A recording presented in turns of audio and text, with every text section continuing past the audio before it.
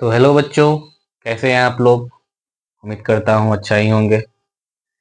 दीपावली छठ सब अच्छे से ही मने होंगे। खुशी खुशी सब लोगों ने दीपावली और छठ मनाए होंगे। और छठी मैया से सब कोई जो है आशीर्वाद मांगे होंगे। और बहुत आदमी तो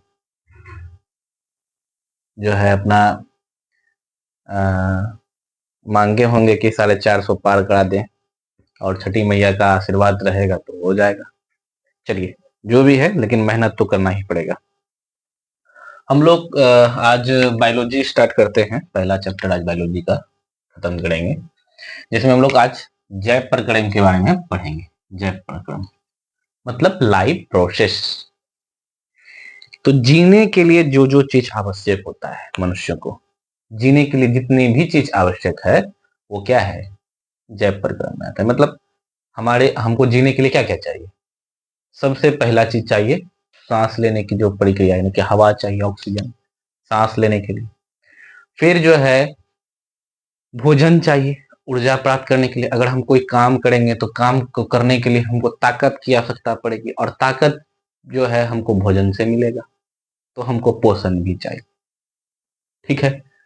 उसके बाद बहुत सारे जो है शरीर को हम सभी जीवों के शरीर को बहुत सारी नीड होती है, बहुत सारी आवश्यकताएं होती है। और ये सारी आवश्यकताएं को जो पूरा करती है और इस चीज को जो चलाती है, ऐसी प्रक्रिया को ही हम लोग क्या कहते हैं, जैव प्रक्रम कहते हैं। कहता है वे सारी क्रियाएं जिनके द्वारा जीवों का जो है अनुरक्षण होता है, उसे हम लोग जैव प्रक्रम कहते हैं। ये हमारी जो बायोलॉजी की किताब है वो कहते हैं। क्या कहते हैं कि वे सारी प्रक्रियाएं, वो सारी क्रियाएं है ना, जिसके द्वारा जीवों का अनुरक्षण होता है ना। वो प्रक्रिया हमको क्या, हम क्या कहते हैं उस प्रक्रिया को, जैव प्रक्रम कहते हैं, लाइफ प्रोसेस। हम सिंपल वर्ड में समझाते हैं, सिंपल वर्ड में ध्यान रखिए। जीने के लिए जो प्रक्रिया चलती है किसी भी जीव को जीने के लिए जो जो आवश्यकताएं होती है, वो आवश्यकताएं जो पूरी होती है, तो उसके लिए एक प्रोसेस होता है। और ऐसी ही प्रक्रिया को हम लोग जैव प्रक्रम कहते हैं, जिसको हम लोग लाइफ प्रोसेस भी कहते हैं। बात समझ में आ गई होगी, है ना। जीने के लिए जो जो चीज भी, जीने के लिए जो प्रक्रिया चलती है ना, वही हमारा क्या है, जैव प्रक्रम है, लाइफ प्रोसेस है, जिसमें हम लोग बहुत सारे चीज पढ़ेंगे। आज हम लोग आते हैं पोषण पे आते हैं। पहले आते हैं पोषण पर। अब देखिए, जीने के लिए हमको बहुत चीज की आवश्यकता होती है, लेकिन इसके लिए जो है कि बहुत सारा अंग भी बना हुआ है। जैसे पोषण, पाचन के लिए हमारा जो है आमाशय में है बहुत सारा जो है पार्ट है, जो क्या करते हैं, पाचन का प्रक्रिया करती हैं। श्वसन के लिए हमारा जो है श्वसन तंत्र है ना। और क्या कहते हैं, इस प्रकार से लगभग मनुष्य के पास जो है ना कुल 11 अंग तंत्र है। कितने अंग तंत्र हैं, 11 अंग तंत्र है, 11 है ना, अंग तंत्र है। जिसमें क्या क्या बोलता है, क्या परिवहन तंत्र है। परिवहन मतलब परिवहन एवं सड़क मंत्रालय, नितिन गडकरी नाम सुने होंगे, जिनके पास जो है आपका क्या है, रोड रूट बनाने का जो है कार्य करते हैं, है ना, जो मंत्री है ना।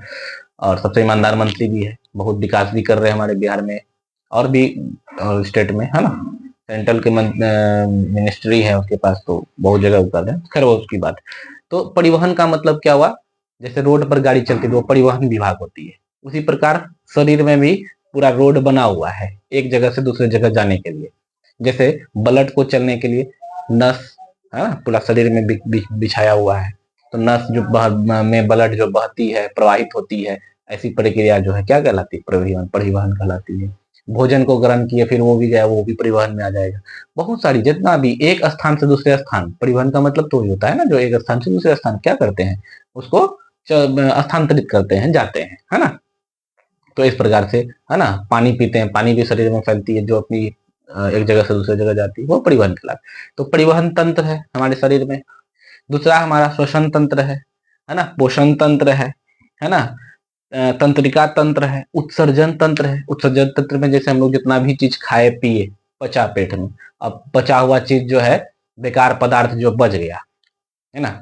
जैसे मान लीजिए जूस का मशीन में हम फल डाले और जूस निकाले, जूस तो निकल गया, कचरा तो बच गया। तो कचरा को जूस मशीन में ही रख देंगे, तो फिर अगला जूस कैसे बनेगा, नहीं बन पाएगा।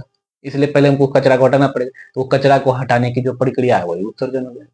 मतलब शरीर में पोषण के बाद जो आवश्यक पदार्थ होते हैं, को शरीर रख लेती है ना, और जो अनावश्यक पदार्थ होती है उसको शरीर क्या करती है, बाहर कर देती है। उसको उत्सर्जन तंत्र कहते हैं। ये प्रक्रिया कौन करता है, उत्सर्जन तंत्र करते हैं, है ना। जैसे क्या कहते हैं, मूत्र विसर्जन, यानी कि एक प्रकार से कह सकते हैं कि मूत्र का निष्कासन शरीर से। तो मूत्र हमारे शरीर में क्या है, अवशेष पदार्थ है ना। तो उसमें बहुत सारी, जैसे क्या अमोनिया है ना, जो भी है वो क्या होती है, अपने मूत्र के माध्यम से निकलते हैं। एक प्रकार से जहरीला पदार्थ है वो।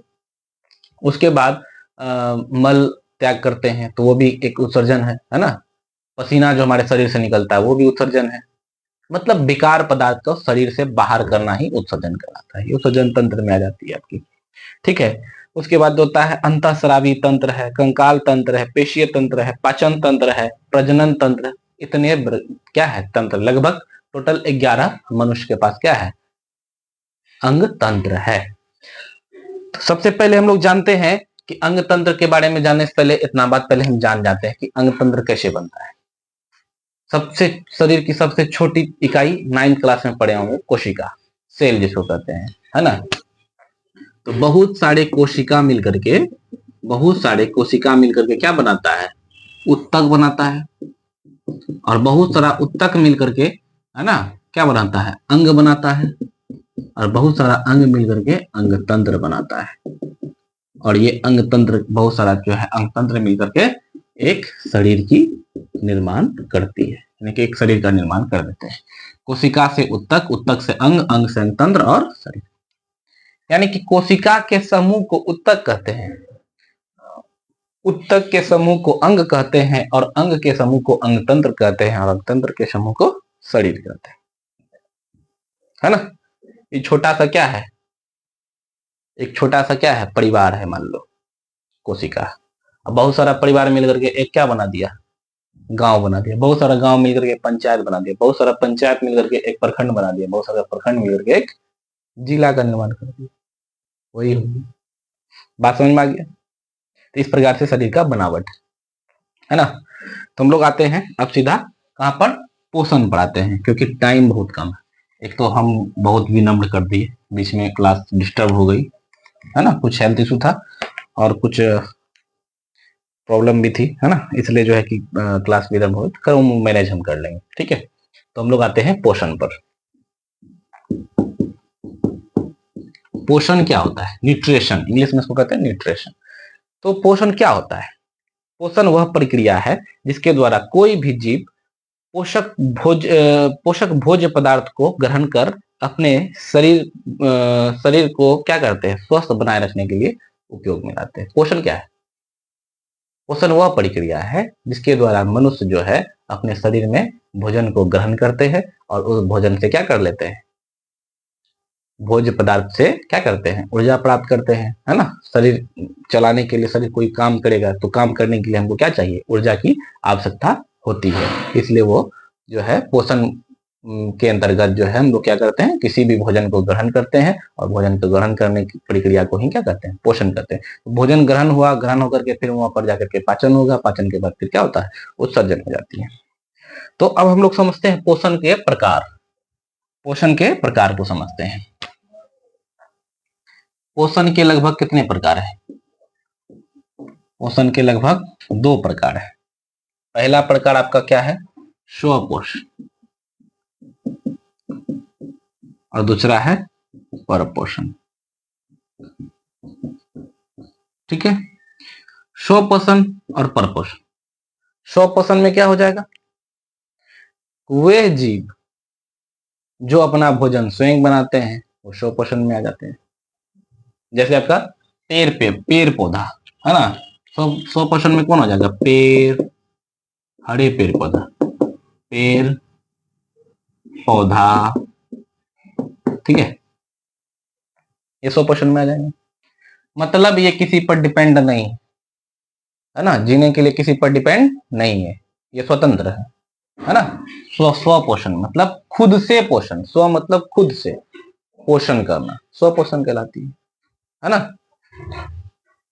और परपोषण में क्या है कि परपोषण में जो दूसरे पर डिपेंड रहते हैं, जैसे मनुष्य, मनुष्य हो गया, है ना।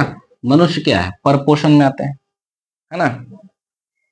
मतलब परपोषण में कहता है कि वे जीव जो अपना भोजन दूसरे से प्राप्त करते हैं या अपना भोजन के लिए दूसरे पर निर्भर रहते हैं, उसे क्या कहते हैं, परपोषण, परपोषित जीव कहते हैं, है ना। वही परपोषण हो जाएगा। परपोषण में कौन कौन हो जाएगा, मनुष्य हो जाएगा, है ना। और जितने भी जीव जंतु है सब हो जाएगा, जीव जंतु, है ना, वो सब हो जाएगा।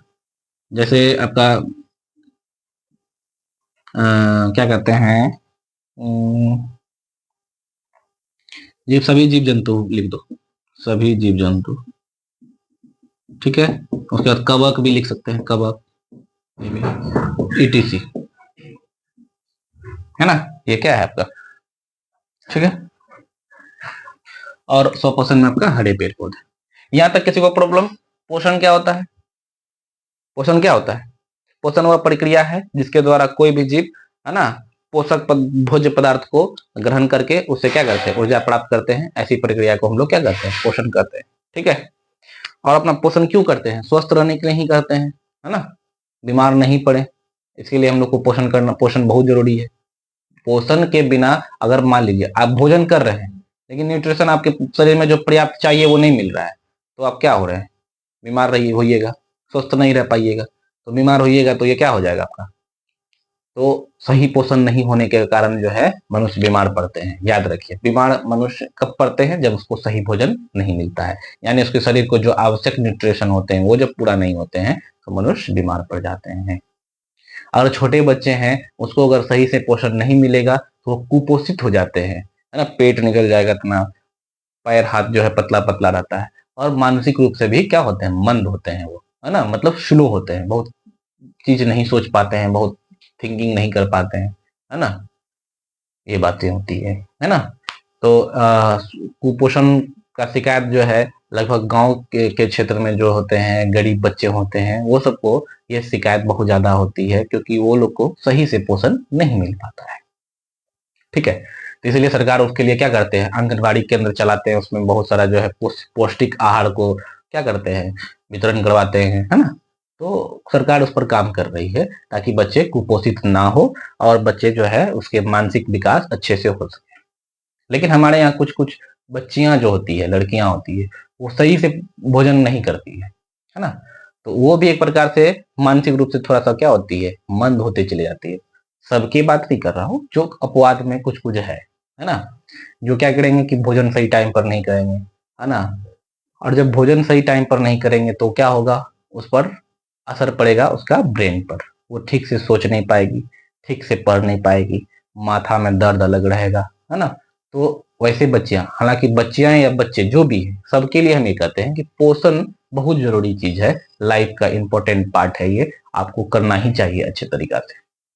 अगर आप मान लीजिए वीक फैमिली से हैं तो आपको पोषण, अगर महंगा पोषण नहीं कर सकते, मतलब कोई भी फल फ्रूट्स नहीं खा सकते, जरूरी नहीं फल फ्रूट्स नहीं खाएंगे, आप जो है कच्चे चना का सेवन करिए सुबह सुबह, अंकुरित चना, अंकुरित मूंग, है ना, मूंगफली, 4 गो मूंगफली डेली रात में डाल दीजिए पानी में और उसको जो है सुबह खाइए। इससे आपको भरपूर मात्रा में न्यूट्रिशन मिलेगा और आपका मानसिक जो है स्थिति बहुत बिल्डअप होगी, जिससे आप जो है बहुत ज्यादा विकास करेंगे, ठीक है। तो ये काम कीजिए। और अभी एग्जाम का प्रेशर है, इसमें भी खाना पीना में कोई कंप्रोमाइज मत कीजिए। दूध दही जो भी होती है, जितना भी न्यूट्रिटिक पदार्थ है उसको खाइए, अच्छे से खाइए। खाना कोई भी खाना खा, दाल भात सब्जी भी अगर खाते हैं तो अच्छे से खाइए और भरपेट खाइए, ठीक है। जिससे क्या होगी कि आपको न्यूट्रिशन का जो है कमी नहीं होगा शरीर में, और आप जो है अच्छे से क्या करिएगा, पढ़ाई में आपको मन लगेगा, आप अच्छे से तैयारी कर पाइएगा। इसलिए भोजन में कोई कंप्रोमाइज अभी मत कीजिएगा, खास करके लड़कियां, आप लोग भी भोजन में खास करके जो है कोई कंप्रोमाइज अभी मत कीजिएगा। रात में जरूर है कि दूध का सेवन कीजिएगा, है ना, दूध सेवन कीजिए, दूध को पीजिए, है ना, रोटी का सेवन कीजिए, है ना, मुड़ी उड़ी चक्कर में मत रहिए, है ना। तो जिससे कि आपका मानसिक स्थिति ठीक ठाक रहे, है ना। मानसिक स्थिति का मतलब ये नहीं कि अब पागल हो जाओगे, ये हो जाओगे, लेकिन मान में मेंटली जो है क्या होना चाहिए, शार्प होना चाहिए बच्चे। तो न्यूट्रिशन पर डिपेंड करता है, जो बच्चे का न्यूट्रिशन बढ़िया होता है वो मेंटली शार्प होते हैं, बहुत ज्यादा सोच पाते हैं, थिंकिंग करते हैं, क्रिटिकल थिंकिंग कर पाते हैं, है ना। तो वही होना चाहिए। ठीक है, चलिए पोषण हम लोग समझ गए। स्वपोषण, परपोषण। स्वपोषण में हरे पेड़ पौधा और परपोषण में मनुष्य, जीव जंतु, कवक इत्यादि सब है। ठीक है, कोई दिक्कत नहीं होना चाहिए। ठीक है, अब हम लोग अगला देखते हैं इसमें। चलिए अब हम लोग समझते हैं पोषण की प्रक्रिया निम्नलिखित रूप से 5 चरणों में संपन्न होती है। वो कौन कौन 5 चरण होती है उसको समझते हैं। ये 5 चरण होते हैं जिसमें पोषण की प्रक्रिया संपन्न होती है। पोषण जो है पहला इसका क्या चरण है? पहला आपका है अंतःग्रहण। अंतःग्रहण में क्या होती है? अंतःग्रहण में मनुष्य भोजन को क्या करते हैं? ग्रहण करते हैं, है ना। यानी कि अंतःग्रहण में क्या होता है? किसी भी जीव, मनुष्य नहीं, किसी भी जीव के द्वारा भोजन को, है ना, शरीर के अंदर ग्रहण करने की जो प्रक्रिया होती है उसे अंतःग्रहण करते हैं। मतलब हाथ से भोजन को उठाए, मुंह में डाले और मुंह में से उसको क्या किए, उसको ग्रहण, मतलब चबा करके उसको अंदर किए, है ना, उसको अंतःग्रहण करते हैं। भोजन को ग्रहण करना, है ना, मतलब अंदर लेना, है ना, ये अंतःग्रहण में आ जाती है आपका, है ना। यानी कि भोजन को शरीर के अंदर ग्रहण करना, शरीर के अंदर ग्रहण करना। ठीक है, आ जाए पाचन में। पाचन क्या होता है? कि पाचन वह प्रक्रिया होती है जिसमें बड़े बड़े जटिल जो अणु है ना, भोज्य पदार्थ के जो बड़े बड़े जटिल अणु होते हैं, है ना, जटिल अणु जो एंजाइम की सहायता से, है ना, जटिल अणु जो है, जटिल अणु एंजाइम की सहायता से, एंजाइम की सहायता से, है ना, सरल अणु में टूट जाते हैं। सरल अणु में क्या हो जाते हैं? टूट जाते हैं। ऐसी प्रक्रिया को हम लोग क्या कहते हैं? सरल अणु में टूट जाते हैं, है ना, सरल अणु में टूट जाते हैं, टूटना। और यही प्रक्रिया क्या कहलाता है? पाचन कहलाता है। मतलब भोजन जो ग्रहण किए तो शरीर के अंदर में भोजन गया, भोजन के कितने बड़े बड़े जटिल अणु है, भोज्य पदार्थ के बड़े बड़े जटिल अणु, है ना, एंजाइम की सहायता से, हमारे शरीर में जो है पाचक रस है, जो एक एंजाइम है ना, वो एंजाइम क्या करता है? भोजन को तोड़ता है, तोड़ के एकदम बहुत ही सूक्ष्म बना देता है, छोटा छोटा बना देता है। तो बड़े बड़े जटिल अणु को क्या करते हैं? तोड़ करके, है ना, एंजाइम क्या करता है? सरल अणु में तोड़ देता है। और यही प्रक्रिया पाचन कहलाती है। क्या कहलाती है? पाचन कहलाती है। अब अवशोषण क्या होता है? अवशोषण में क्या होता है कि पचे हुए भोज्य पदार्थ से, है ना, पचे हुए भोज्य पदार्थ को रक्त नली द्वारा आहार नली से अवशोषित की जाती है।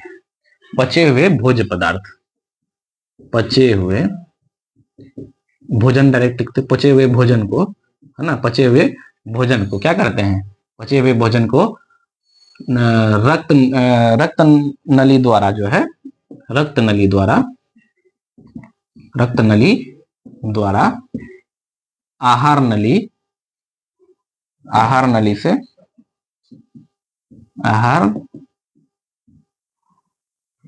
से अवशोषित करते हैं, है ना। पचे हुए भोजन रक्त नली द्वारा आहार नली से अवशोषित होते हैं। और यही प्रक्रिया क्या कहलाता है? अवशोषण कहलाता है। क्या कहलाता है? अवशोषण कहलाता है ना। अब आते हैं स्वांगीकरण। स्वांगीकरण क्या होता है?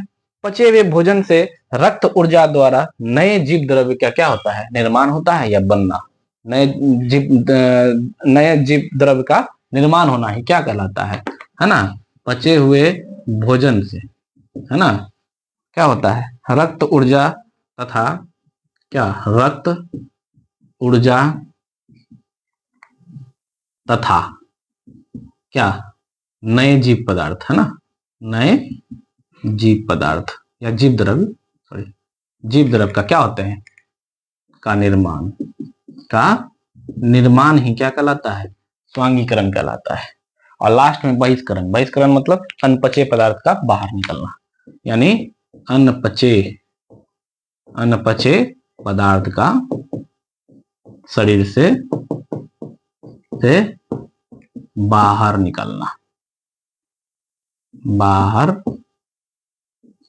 निकलना।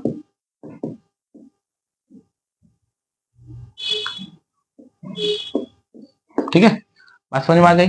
तो पोषण की प्रक्रिया कितने चरणों में संपन्न होती है? 5 चरणों में संपन्न होती है। अंतःग्रहण, पाचन, अवशोषण, स्वांगीकरण, बहिष्करण। अंतःग्रहण में भोजन को शरीर के अंदर ग्रहण करके किया जाता है। पाचन में जटिल अणु एंजाइम की सहायता से सरल अणु में टूट जाते हैं। जटिल अणु मतलब वही भोजन जो हम लोग ग्रहण किए खाए तो उसमें जटिल अणु था, बड़ा बड़ा अणु था, और एंजाइम की सहायता से वो क्या हुआ, छोटा छोटा हो गया, टूट गया, है ना, वो हो गया। और धीरे धीरे मतलब एक प्रकार से समझो कि पाचन क्या है, एक चक्की है, उसमें कोई भी चीज हम डाले उसको पीस दिया, है ना, पीस दिया, और पीस करके उसको क्या कर दिया, छोटा बना दिया। ठीक है। अवशोषण, अवशोषण में पचे हुए भोजन भोजन जो है रक्त नली द्वारा आहार नली से अवशोषित किया जाता है, उसी को अवशोषण कहते हैं। स्वांगीकरण क्या होता है?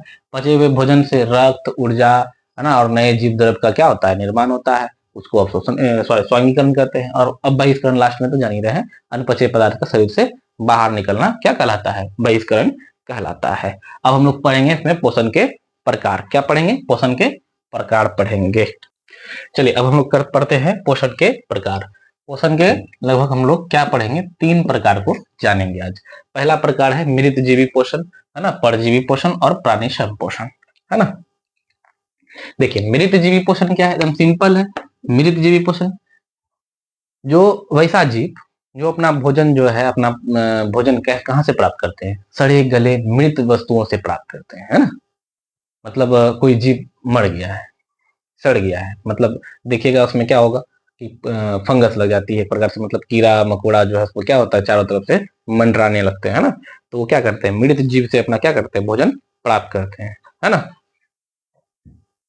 एक प्रकार से कहा जाए तो मनुष्य भी क्या है, मृत जीव भोजन, हालांकि किताब का डिफिनेशन नहीं है, हम बता रहे हैं अपना तौर से। मनुष्य भी क्या करता है, मरे हुए जीवों को खाते हैं, नहीं खाते हैं, जितना भी क्या कहते हैं, चिकन मटन वो सब खाते हैं, तो क्या करते हैं, पहले जीव को मार देते हैं, फिर उसको बनाते हैं, फिर खाते हैं। एक प्रकार से मरा हुआ जीव ही खाते हैं, है ना। तो और सड़े हुए जीव को ही, मतलब मर गया तो प्रकार से क्या किए, पेट में उसको दफना दिए, है ना, पेट को अपना क्या बना दिए, कब्रिस्तान बना दिए। कोई भी जीव मरता है तो हम लोग क्या करते हैं, इसको दफनाते हैं या जलाते हैं। हम लोग क्या करते हैं मार के जीव को खाते हैं, तो उसको क्या करते हैं, पेट में दफना ही दिए ना, तो पेट हमारा क्या हो गया, कब्रिस्तान हो गया या स्मशान घाट हो गया। लेकिन पेट तो ऐसा है नहीं, तो हम लोग बना देते हैं। तो सबका जो है अपना अपना थिंकिंग होता है ना। प्रकृति में बहुत चीज है खाने के लिए, जरूरी नहीं किसी जीव को ही खा करके हम लोग क्या है, जिंदा रह सकते हैं, है ना। बहुत सारा चीज है खाने के लिए, हम लोग खा करके जिंदा रह सकते हैं। चलिए मृत जीवी पोषण में क्या होता है, मृत जीवी पोषण में वही होता है कि वे जीव जो अपना भोजन जो है सड़े गले मृत वस्तुओं से प्राप्त करते हैं, है ना, वे जीव, है ना, वे जीव जो अपना भोजन सड़े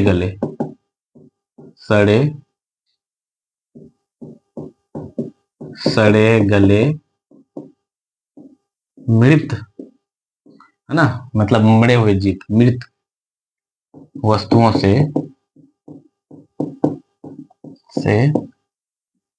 प्राप्त करते हैं, है ना, वो क्या कहलाते हैं, मृतजीवी पोषण कहलाते हैं। अब परजीवी पोषण में क्या होता है, वे जीव जो अपना भोजन जो है, अपना भोजन दूसरे जीव के संपर्क में रहकर, है ना, उसे प्राप्त करते हैं, है ना, वो क्या कहलाते हैं, परजीवी पोषण कहलाते हैं, है ना। वे जीव जो अपना भोजन है ना,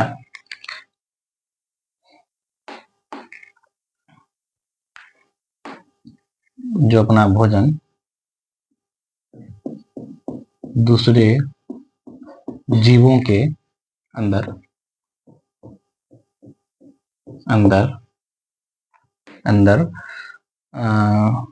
या बाहर, ठीक है, रहकर प्राप्त करते हैं, रहकर क्या करते हैं, प्राप्त करते हैं, ठीक है, रहकर प्राप्त करते हैं, वह परजीवी कहलाते हैं। एग्जाम्पल के लिए क्या हो जाएगा, किडनी, है ना, क्या हो जाएगा, किड़मी, ठीक है, केचुआ,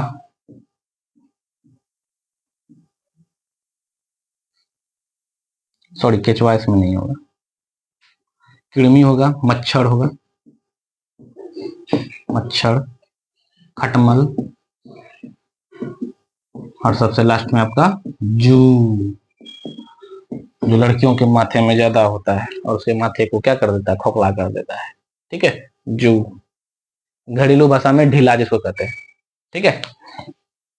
अब आते हैं हम लोग प्राणी संपोषण में। प्राणी संपोषण में क्या होता है, वे जीव है ना, जो अपना भोजन जो है बड़े या जटिल भोज्य पदार्थ को क्या करते हैं, मतलब एक प्रकार से जो समझ लो ना कि क्या करते हैं, भोजन को सीधा क्या करते हैं, ग्रहण करते हैं। जैसे प्राणी संपोषण में क्या होता है, जैसे कोई भी भोजन को एक प्रकार से क्या करना, देखिए एक मिनट, प्राणी संपोषण में कहता है कि वैसा पोषण जिसमें प्राणी अपना भोजन ठोस या तरल के रूप में जंतुओं के भोजन ग्रहण करने की विधि द्वारा, जंतु जैसे भोजन ग्रहण करते हैं वैसे विधि द्वारा जो भोजन को ग्रहण करते हैं, है ना, वो क्या कहलाते हैं, प्राणी संपोषण कहलाते हैं, है ना। हम सिंपल वर्ड में लिखते हैं कि वे मतलब कहता है भोजन का क्या, ठोस या तरल के रूप में, है ना, वैसा पोषण जिसमें प्राणी अपना भोजन ठोस या तरल के रूप में, है ना, जंतुओं के भोजन की ग्रहण करने की विधि के द्वारा करते हैं ना, वैसा पोषण, पोषण, है ना, जिसमें जिसमें प्राणी क्या, प्राणी प्राणी अपना भोजन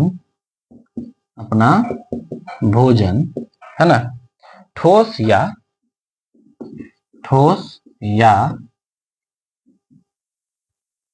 तरल, ठोस या तरल के रूप में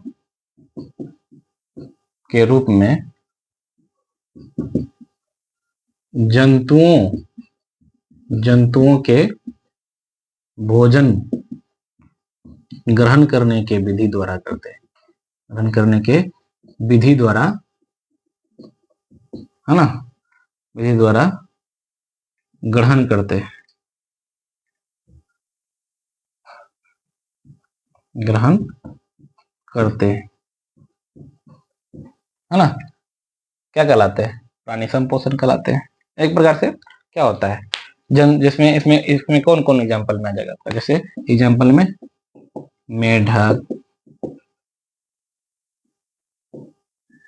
मेढक, है ना, उसके बाद मनुष्य भी आ जाएगा इसी में, मनुष्य, है ना, उसके बाद अमीबा, ईटीसी, ये सब क्या आ जाएगा, प्राणी संपोषण में आ जाएगा, ठीक है, कोई दिक्कत है। अब हम लोग जो है अब इसमें क्या पढ़ेंगे, क्या कहते हैं, पोषण के प्रकार हम लोग समझ लिए, है ना, प्रकार हम लोग समझ लिए।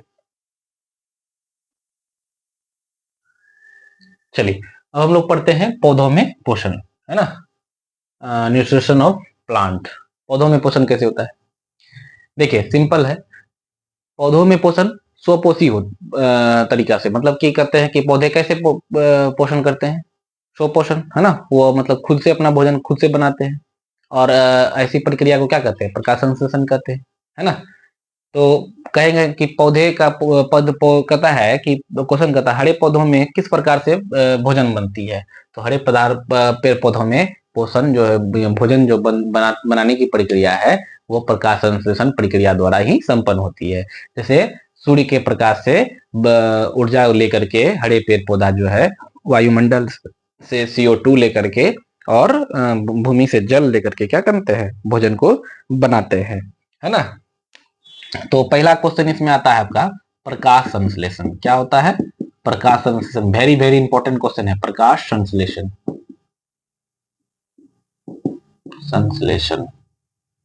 प्रकाश संश्लेषण, सॉरी,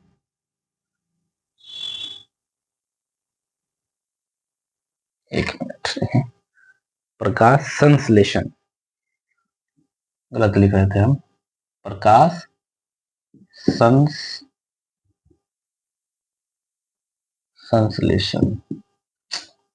तेरी के 100 तो यहाँ लिख ही दिए हैं, दोनों एक साथ लिखना है। प्रकाश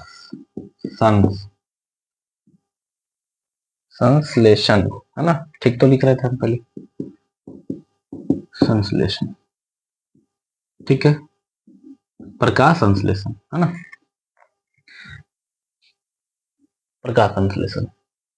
अब हम लोग पढ़ते हैं प्रकाश संश्लेषण को। टाइम बहुत कम है, लिखने में बहुत टाइम जा रहा है, थोड़ा समझाने पे ज्यादा ध्यान दे रहे हैं, ठीक है, आप लोग समझने में ध्यान दीजिएगा। प्रकाश संश्लेषण क्या होती है इसको समझते हैं हम लोग, ठीक है। पहले एक हम बना दिए क्या, छोटा सा एक पौधा बना दिए, एक पेड़ बना दिए, चलो, ठीक है।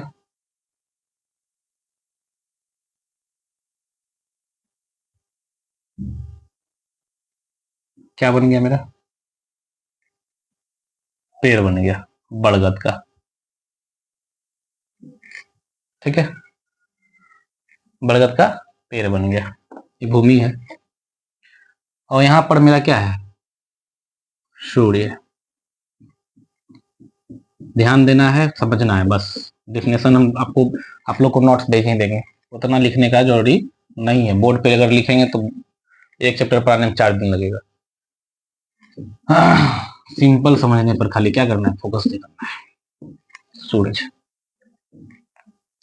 इस प्रक्रिया में क्या होती है कि पेड़ पौधा जो है जमीन से क्या करते हैं, जमीन से H2O प्लस खनिज लवण को लेते हैं, वायुमंडल से क्या लेते हैं, CO2 को लेते हैं, और यहां से प्रकाश मिल रही है ना। इस प्रक्रिया में हरे पेड़ पौधे सूर्य के प्रकाश की सहायता से, है ना, भूमिगत जल को लेकर के, है ना, और वायुमंडल से CO2 को ग्रहण करके क्या बनाते हैं, भोजन बनाते हैं। जैसे CO2 प्लस H2O बराबर क्या बना दिए, सनलाइट, मतलब प्रकाश, ठीक है, सनलाइट की उपस्थिति में और क्लोरोफिल की उपस्थिति में, क्लोरोफिल की सहायता से क्या बना दिए, ग्लूकोज बना देंगे, C6H12O6, और क्या करेंगे, ऑक्सीजन को बाहर कर देंगे, ऑक्सीजन को क्या कर देंगे, बाहर कर देंगे, ठीक है। अब समीकरण संतुलित नहीं है, समीकरण को संतुलित करना, यहाँ कार्बन 6 को, यहाँ कार्बन नहीं, तो यहाँ 6 लगा दिए, ठीक है। हाइड्रोजन यहाँ 12 है, यहाँ 2 है ना, यहाँ पर क्या कर देंगे, देखिए CO2 कार्बन डाइऑक्साइड गैस, जल H2O, है ना, और सनलाइट की सहायता से, क्लोरोफिल की सहायता से पेड़ पौधा क्या कर दिया, ग्लूकोज का निर्माण कर दिया, C6H12O6 क्या होता है जी, ग्लूकोज होता है, क्या होता है, ग्लूकोज। और यही तो क्या है, इसी को तो हम लोग ऊर्जा कहते हैं। अच्छा, प्रकाश संश्लेषण की प्रक्रिया में ऑक्सीजन भी मुक्त होती है, ऑक्सीजन मुक्त होती है मतलब ऑक्सीजन बाहर निकलती है, यानी कि जब तक प्रकाश संश्लेषण की प्रक्रिया होती है पेड़ पौधा ऑक्सीजन को क्या करते हैं, छोड़ते हैं, और कार्बन डाइऑक्साइड को ग्रहण करते हैं। ध्यान रखिएगा, अगर पूछा जाए कि पेड़ पौधा श्वसन क्रिया में कौन सी गैस को ग्रहण करते हैं, आप लोग भूल से भी CO2 नहीं मारिएगा, सब बच्चा CO2 मारता है। CO2 सिर्फ प्रकाश संश्लेषण की क्रिया में ही संपन्न होती है, वो प्रकाश संश्लेषण की क्रिया जब तक होगी तब तक CO2 प्रकाश पौधा क्या करेगा, ग्रहण करेगा। जैसे प्रकाश संश्लेषण की प्रक्रिया समाप्त हुई, वो क्या करेगा, फिर अपना ऑक्सीजन जो है शोषण स्टार्ट कर देता है, यानी कि ऑक्सीजन क्या कर लेता है, ग्रहण करना स्टार्ट कर देता है। यानी पेड़ पौधा को अगर पूछा जाए कि श्वसन क्रिया में कौन सी गैस लेती है, तो भूल से भी आप लोग CO2 मत मारिएगा, CO2 को कभी भी भूल से नहीं मारिएगा। क्या लेती है, O2 लेती है, क्या लेती है, O2, ऑक्सीजन लेती है। कुछ पेड़ पौधा ऐसे हैं जो अपवाद हैं, जैसे पीपल का पेड़, है ना, तुलसी का पौधा, ये सब अपवाद है ना, जो हमेशा श्वसन में CO2 को लेते हैं और O2 को छोड़ते हैं। इसलिए हम लोग जो है पीपल के पेड़ का पूजा करते हैं, तुलसी का पौधा का पूजा करते हैं, क्योंकि वो हमेशा ऑक्सीजन छोड़ते हैं, ऑक्सीजन ग्रहण नहीं करते हैं, कभी भी नहीं करते हैं, और हमेशा ऑक्सीजन को छोड़ते ही रहते हैं, चाहे वो दिन हो या रात हो।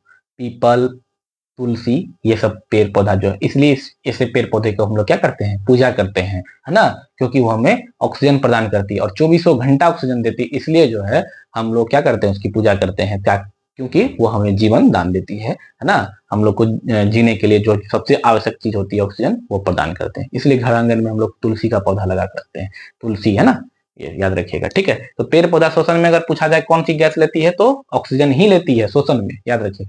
प्रकाश संश्लेषण जब तक होगा तब तक जो क्या होगा, CO2 लेगा, लेकिन प्रकाश संश्लेषण जैसे खत्म होगा, यानी रात हो जाएगी, सूर्य का प्रकाश नहीं पड़ेगा पेड़ पौधा में, यह ऑक्सीजन लेना स्टार्ट कर देगा और कार्बन डाइऑक्साइड छोड़ना स्टार्ट कर देगा। और इसलिए कहा जाता है कि रात्रि के समय में पेड़ पौधे के पास, पेड़ के नीचे सोना क्या होता है, हानिकारक होता है, क्या होता है, हानिकारक होता है, इसलिए पेड़ के नीचे नहीं सोना चाहिए रात्रि के समय में ना।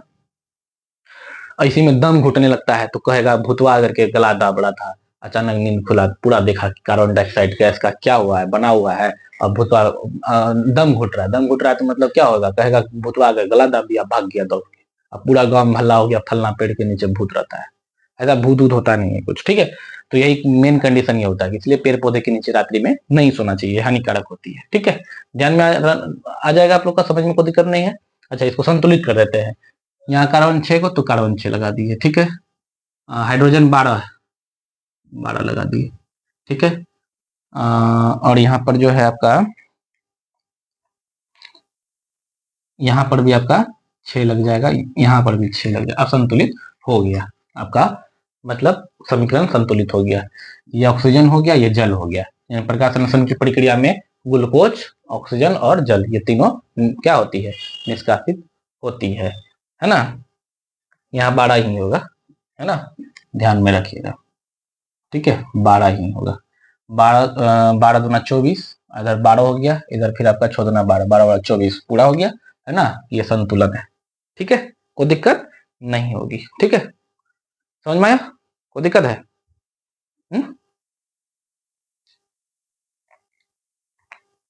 ठीक है, तो ये क्या हुआ कि यहाँ पर जो है आपका संतुलित हो गया समीकरण, यानी कि अगर नहीं समझ में, ध्यान से समझो, CO2 यहाँ 6 लगा दिए तो कार्बन 6 हो गया, ऑक्सीजन कितना हो गया, ऑक्सीजन के पास 2 है तो 6 दूना 12 ऑक्सीजन हो गया, कार्बन 6, ऑक्सीजन यहाँ 6, यहाँ देखो देखो क्या है, 6 दूना 12 ऑक्सीजन हो जाएगा, ठीक है।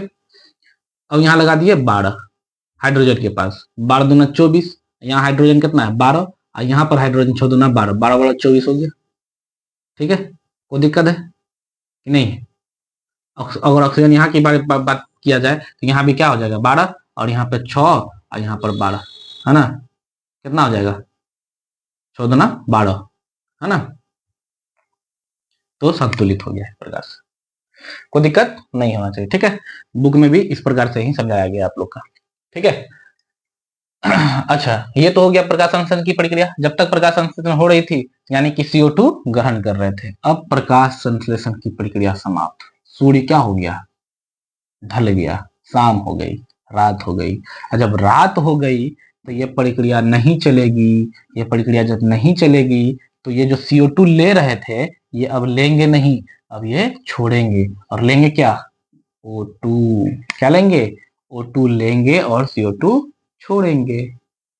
प्रकाश संश्लेषण जब हो रही थी तो O2 छोड़ रहे थे, CO2 ले रहे थे, अब उल्टा हो गया, इसलिए पेड़ पौधा श्वसन क्रिया में कौन सा गैस लेती है, हमेशा याद रखिएगा, ऑक्सीजन ही लेती है, याद रखिएगा, अपवाद में तुलसी पीपल ये सब आता है जो ऑक्सीजन नहीं लेती है, ठीक है। चलिए अब हम लोग नेक्स्ट में आते हैं, क्या है, चलिए हम लोग देखते हैं कि अब हम लोग समझते हैं प्रकाश संश्लेषण के लिए आवश्यक घटक क्या क्या है। तो आवश्यक 4 ठो घटक है प्रकाश संश्लेषण के लिए, जिसमें पहला नंबर में क्लोरोफिल है, फिर सूर्य प्रकाश है, H2 है, और CO2 मतलब कार्बन डाइऑक्साइड है ना, मतलब क्लोरोफिल, सूर्य प्रकाश, जल और कार्बन डाइऑक्साइड, इतने 4 घटक अगर नहीं रहेंगे तो प्रकाश संश्लेषण की प्रक्रिया नहीं, इसमें कोई एक भी एब्सेंट रहा तो प्रकाश संश्लेषण की प्रक्रिया नहीं हो, कंप्लीट नहीं हो। प्रकाश संश्लेषण से क्वेश्चन हर बार एग्जाम में आती है, याद रखिएगा, VBI 5 नंबर में वो क्वेश्चन पूछ देता है, प्रकाश संश्लेषण से क्या समझते हैं संक्षेप में बताएं, तो फिगर के साथ, जैसे फिगर के साथ बताए तो वैसे ही बता देना है, 5 में 5 नंबर मिलेगा इसमें, नो डाउट, वो समीकरण के साथ, है ना, जो हम पढ़ा चुके हैं आप लोग को, ठीक है। घटक है, यहां से भी लॉन्ग क्वेश्चन आती है, जैसे कह देगा कि एक प्रयोग द्वारा दिखाइए कि क्लोरोफिल की प्रकाश संश्लेषण के लिए क्लोरोफिल आवश्यक है। 5 नंबर में पूछ देगा। फिर कह देगा एक प्रयोग द्वारा दिखाइए कि सूर्य प्रकाश की आवश्यक है प्रकाश संश्लेषण में। फिर कह देगा कि एक प्रयोग द्वारा दिखाइए कि CO2 जो है क्या है, प्रकाश संश्लेषण के लिए आवश्यक घटक है। तो प्रयोग करके दिखाना है ना, सिंपल है ना। आप लोग को हम नोट्स में PDF बना करके भेज भी देंगे, हम यहाँ पर सिर्फ समझाते जाते हैं, ठीक है, कोई दिक्कत? ठीक है, चलिए इसमें पहला लॉन्ग क्वेश्चन आपको जो से पढ़ा रहे हैं, क्या पूछ देगा कि एक प्रयोग द्वारा बताइए कि प्रकाश संश्लेषण प्रक्रिया में, है ना, क्लोरोफिल, है ना, क्लोरोफिल की आवश्यकता है। क्यों आवश्यक है क्लोरोफिल? एक प्रयोग द्वारा दिखाना है ना, कि प्रकाश संश्लेषण की प्रक्रिया में जो है क्लोरोफिल आवश्यक है। क्लोरोफिल समझ रहे हैं ना, हरे पेड़ पौधे की पत्ती में हरे रंग के एक वर्णक पाए जाते हैं जिसको क्लोरोफिल या पर्णहरित भी कहते हैं, या हरित लवक भी कहते हैं। इसको हरित लवक भी कह सकते हैं। क्लोरोफिल को क्या कहते हैं? इसको हरित लवक भी कहते हैं, याद रखिएगा। एग्जाम में हरित लवक पूछ देगा तो अलबला मत जाइएगा, हरित लवक, है ना, हरित लवक भी कहते हैं। हरे पेड़ पौधे में हरे कलर के क्या होते हैं, वर्णक पाए जाते हैं जिसको हरित लवक या क्लोरोफिल या पर्णहरित भी कहते हैं। ठीक है, कोई दिक्कत नहीं होनी चाहिए। अब हम एक प्रयोग द्वारा बताने बोल रहा है, तो हम सबसे पहले क्या करेंगे, एक क्या किए, क्रोटोन या कोलियस का चित्तीदार पत्ती, मतलब एक सो प्लांट होता है ना, सो प्लांट में देखिएगा चित्तीदार वाला एकदम चित्ता चित्ता टाइप का रंगीन पौधा पत्ता जो होता है ना, वो पत्ता को क्या करेंगे, लेंगे। सबसे पहले हमसे समझा रहे हैं, ध्यान रखिए, समझा देंगे, समझ लीजिए। नोट्स में सब चीज हम बना के भेज देंगे, आप लोग उसको छाप लीजिएगा। ठीक है, यहाँ अगर हम लिखने जाएंगे डेफिनेशन तो बहुत भारी टाइम लग जाएगा। हम सिर्फ समझाते हैं, आप लोग को समझते जाइएगा। ठीक है, और उसको क्या करेंगे, पत्ती को बीकर में रखेंगे। देखिए यहाँ फिगर नजर आ रहा है आप लोग को, फिगर नजर आ रहा है, फिगर नजर आ रहा है, झलक रहा है कि नहीं झलक रहा है? झलक रहा है ना। देखिए अब यहाँ पर क्या हुआ कि पत्ती को बीकर में, एक बीकर लिए, उस बीकर में रखेंगे। ठीक है, बीकर में डालकर कुछ देर उबालेंगे, है ना, पानी, गर्म पानी में कुछ देर उबालेंगे, बीकर में रख करके, है ना। और उबालने के पश्चात, मतलब गर्म होने के, उसको उबालने के बाद उसे गर्म अल्कोहल या स्प्रिट में डाल देंगे। पत्ती को क्या करेंगे, पहले गर्म पानी में उबालेंगे, बीकर में डाल करके गर्म पानी में उबालेंगे। उबालने के बाद उसको क्या करेंगे, निकाल करके गर्म अल्कोहल में डाल देंगे या स्प्रिट में डाल देंगे। अब इस अल्कोहल वाले बीकर को वाटर बाथ, है ना, वाटर बाथ में रख कर उबाले, है ना। थोड़ी देर में आप देखेंगे कि स्प्रिट हरे रंग का होता जा रहा है। स्प्रिट जो था वो कैसा हो गया, हरा रंग का होता जा रहा है, क्योंकि पत्ती में मौजूद हरा वर्णक क्लोरोफिल जो थी पत्ती से निकलकर धीरे धीरे अल्कोहल में घुल गया। यानी कि जो स्प्रिट या अल्कोहल जिसको कहते हैं, उसमें जो डाल के उबाल रहे थे इसको, तो उसमें क्या हुआ, हरा रंग पत्ती जो था वो क्या हुआ, अपना कलर धीरे धीरे छोड़ दिया, है ना। यानी कि हरा रंग किसमें चले गया, अल्कोहल में जाकर के मिल गया। ठीक है, अब देखिए कहता है जब पत्ती रंगहीन अर्थात हल्के पीले रंग की है या सफेद हो जाए तो बीकर को ठंडा होने के लिए छोड़ दे। ठीक है, बीकर को क्या करें, ठंडा होने के लिए छोड़ दे, निकाल। उसको क्या करना है, अब जो है उससे पत्ती को अच्छे से क्या कीजिए, ठंडा होने के बाद पत्ती को पानी से अच्छी तरह धो लीजिए, आराम से साफ कर लीजिए पानी से, और साफ करके एक प्लेट में रख दीजिए, है ना। या प्लेट पर पत्ती को क्या किए, रख दिए हैं। अब कहता है कि इसके बाद पत्ती को पोटासियम, है ना, में रखकर उस पर आयोडीन की कुछ बूंदे डालें, और प्लेट में पोटासियम में रख करके उसमें क्या कीजिए, आयोडीन का घोल या आयोडीन का थोड़ा सा क्या कीजिए, छिड़काव कीजिए उस पत्ती पर। किस पर, पत्ती पर, है ना। तो आप पाएंगे कि पत्ती का हरी चित्तों वाला भाग जो है गाढ़ा नीला रंग का हो जाता है, परंतु पत्ती का सफेद चित्ते वाला भाग नीला नहीं होता है। इसका अर्थ यह हुआ कि जिस जगह जो है क्लोरोफिल निकल गया है उसमें आयोडीन डालने से पर मंड का निर्माण नहीं होता है या स्टार्च का निर्माण नहीं होता है। तो जिस जगह स्टार्च का निर्माण हुआ, मंड का निर्माण हुआ, तो उसका रंग क्या हो गया, नीला हो गया। यानी कि पत्ती से जो है क्या हुआ, पत्ती में जहां जहां क्या है, क्लोरोफिल है, तो वहां वहां उसका रंग क्या हो गया, नीला होता चला गया। जहां पर आयोडीन जैसे छिड़के हम कुछ बूंद, तो जहां जहां क्लोरोफिल उपस्थित था तो वहां वहां क्या हो गया, नीला हो गया। और जिस जिस भाग में क्लोरोफिल नहीं था, यानी कि सफेद भाग में, जो सफेद भाग बचा था, उस सफेद भाग में क्या हुआ, कलर परिवर्तन नहीं हुआ। ठीक है, यानी कि वहां मंड या स्टार्च का निर्माण नहीं हुआ। इससे ये साबित होती है कि किसी भी मतलब पेड़ पौधे में प्रकाश संश्लेषण की प्रक्रिया के लिए क्लोरोफिल क्या है, आवश्यक ही आवश्यक है। इसके बिना जो है क्या होती है, प्रकाश संश्लेषण की प्रक्रिया संपन्न नहीं हो सकती है। यानी कि मंड या स्टार्च का निर्माण, मंड स्टार्च मतलब वही हुआ जी, ग्लूकोज या भोजन का निर्माण होना एक प्रकार से। ठीक है, बात समझ में आया कि नहीं आया, कोई दिक्कत? चलिए अब हम लोग जो है इस पर नेक्स्ट पढ़ते हैं। इस पर क्या कि प्रकाश संश्लेषण के लिए क्या आवश्यक है, CO2 आवश्यक है। एकदम VVI क्वेश्चन है सब, very very most important question है ना।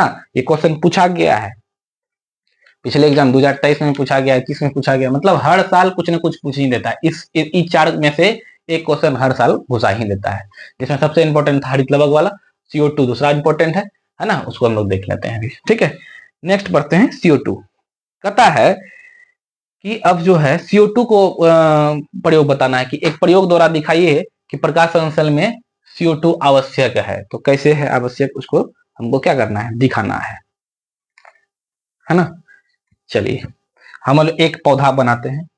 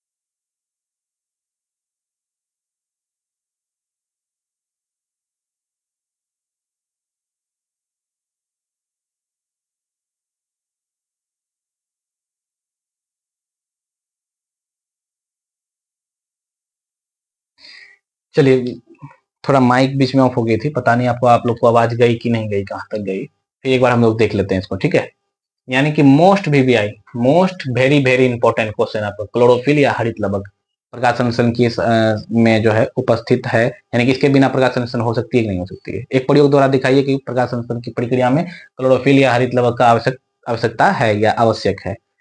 और दूसरा मोस्ट इंपोर्टेंट VVI क्या है आपका, CO2। एक प्रयोग द्वारा दिखाना है कि प्रकाश संश्लेषण की प्रक्रिया में CO2 गैस की क्या भूमिका है ना, एक प्रयोग द्वारा। तो वही प्रयोग हम लोग क्या कर रहे हैं, CO2 गैस के लिए कर रहे हैं, है ना।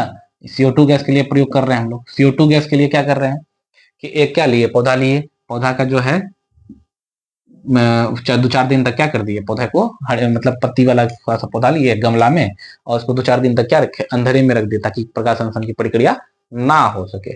अब इसको क्या किए, एक बोतल लेंगे चौड़े मुंह वाला, है ना। अब बोतल के अंदर में KOH डाल देंगे, है ना, KOH का घोल। ठीक है, KOH का घोल जब डाल दिए, है ना, KOH का घोल डालने के बाद इस बोतल के जो मुंह है उसको क्या कर दिए, उसको थोड़ा सा कॉर्क को यानी कि हल्का सा कट करके पत्ती को आधा घुसा दिए, और उसको फिर सील कर दिए ताकि बाहर से कोई भी वायु उसके अंदर प्रवेश ना कर पाए। और इसके अंदर में जो O2 गैस थी वो KOH का जो घोल है उसको क्या कर लिया, अवशोषित कर लिया, है ना। KOH का घोल क्या कर लिया, अवशोषित कर लिया। KOH का मतलब हुआ कास्टिक, क्या हुआ, कास्टिक पोटास कह सकते हैं ना, कास्टिक पोटास इसका नाम है ये। और ये जो है CO2 को यहाँ क्या कर लिया, अवशोषित कर लिया। अब CO2 उसके अंदर रहा नहीं, अब इसको क्या किया, बाहर लाए, सूर्य के सामने लाए, सूर्य प्रकाश के सामने में। अब देखते हैं क्या कि इसमें जो है प्रकाश संश्लेषण की प्रक्रिया संपन्न करवाते हैं। लगभग 4 घंटा इसको धूप में छोड़ देते हैं और उसके बाद क्या देखते हैं कि इस पत्ती को जिसको हम लोग बोतल के अंदर रखे थे, इस पत्ती को क्या किए, तोड़ लिए।